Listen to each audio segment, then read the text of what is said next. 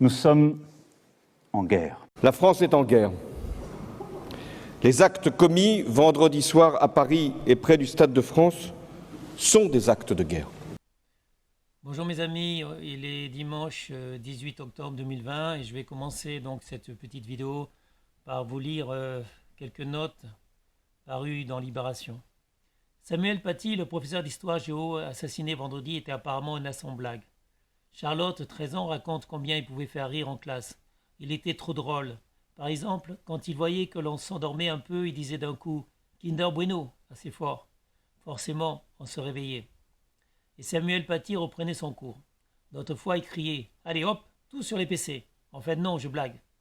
Charlotte se souvient aussi d'un truc qui la faisait rire par-dessus tout. Quand il passait dans les rangs derrière nous, il disait « il n'y a pas d'interrupteur, c'est bien ce que je pensais ». Gros blanc à chaque fois et toute la classe rigolait. Samuel Paty, 47 ans, enseignait depuis plusieurs années dans ce collège calme d'un quartier pavillonnaire de Conflans-Sainte-Honorine. Il faisait partie des 3 profs chouchous du bahut, à en croire Charlotte. On voulait tous la voir. Ses élèves étaient nombreux ce samedi massés devant le collège pour lui rendre hommage. Certains ont déposé des fleurs, des roses blanches. Les professeurs aussi étaient là, mais plus discrets, ne souhaitant pas s'exprimer, assommés par l'émotion. Un agent d'entretien de l'établissement parti à la retraite le mois dernier a déposé un petit mot. Que votre repos soit doux comme un duvet et léger comme un nuage. Quand elle saluait l'enseignant dans les couloirs, il me répondait avec une petite voix timide et très humble. Il semblait vraiment une personne introvertie qui portait la modestie en lui.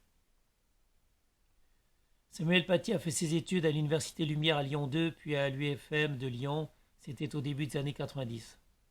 Christophe Capuano, maître de conférence au copain de promo, se souvient. Un grand bosseur, un étudiant brillant et un très bon enseignant. C'était un homme de dialogue qui ne voulait jamais choquer. Il a mené sa mission d'enseignement avec courage.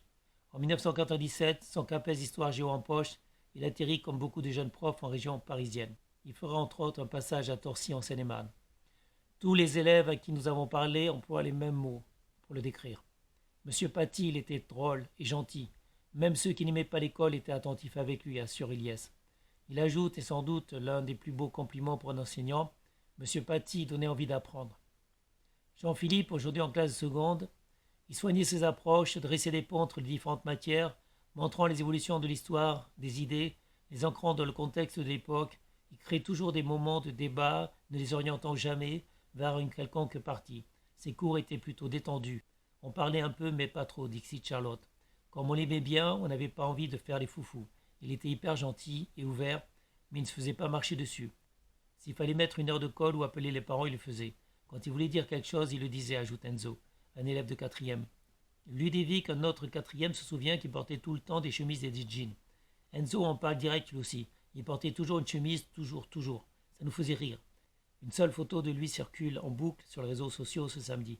En t-shirt, sac en bandoulière, au bord de la mer, son regard masqué par lunettes de soleil semble regarder au loin. Et oui, mes amis, c'est un peu triste aujourd'hui. Donc, en fait, je voulais faire une vidéo sur ce qui s'est passé cette semaine. L'ex-otage devenu musulmane, revenu du Mali, qui va retourner au Mali, qui a déjà fait libérer 200 djihadistes et qui les soutient. Donc, après, il y a eu effectivement le couvre-feu donc depuis samedi, un acte normalement que l'on ne prend qu'en état de guerre. Et puis terminé, effectivement, on a terminé atrocement donc cette semaine avec la mort de ce professeur que tout le monde aimait. Donc ce professeur de géographie-histoire qui savait faire aimer les cours. Donc c'est pas souvent dans sa vie qu'on a un professeur qu'on aime qui sait nous faire aimer les cours. Donc ce professeur qui est décrit par tout le monde comme quelqu'un de très gentil, quelqu'un d'adorable, qui savait se faire aimer par ses élèves et donc qui a été décapité par un musulman avec un couteau de cuisine, la tête arrachée et la tête montrée sur Twitter, je crois. Donc là, il s'agissait d'un musulman qui n'était pas fiché S. Donc déjà, on ne peut pas surveiller tous les musulmans qui sont fichés S. Si en plus, on doit faire attention aux musulmans qui ne sont pas fichés S, il y en a beaucoup, il y en a partout. Donc que faire? Comme le disait dans une vidéo donc, un représentant d'un parti politique, Il y a 30 ans, la France ne connaissait pas tout ça, ne connaissait pas les attentats islamiques. On était un pays calme, on était un pays qui n'avait pas ces problèmes avec l'islam, parce que l'islam n'était pas chez nous en France. Donc voilà mes amis, donc c'est un peu triste. En fait je voulais vous parler du Covid-19, je voulais vous parler de cette grosse arnaque qu'est le Covid-19, puisque d'après les informations que l'on a, il y a eu pas plus de morts en 2020 qu'en 2019 qu'en 2018. Donc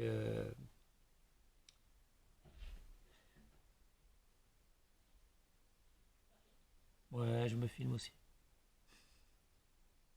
Tu seras dessus sur la vidéo. Tu peux fermer la porte?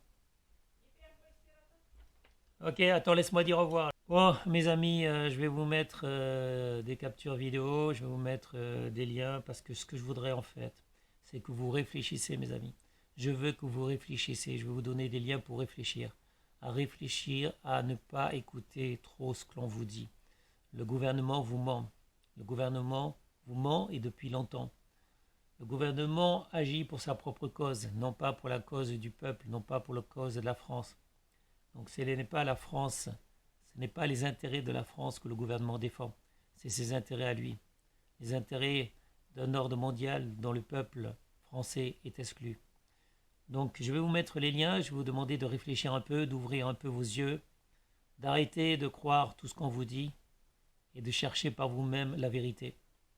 Car mes amis, la vérité est ailleurs.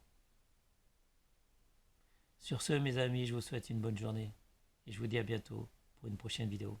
Au revoir mes amis, à bientôt. Tu peux venir.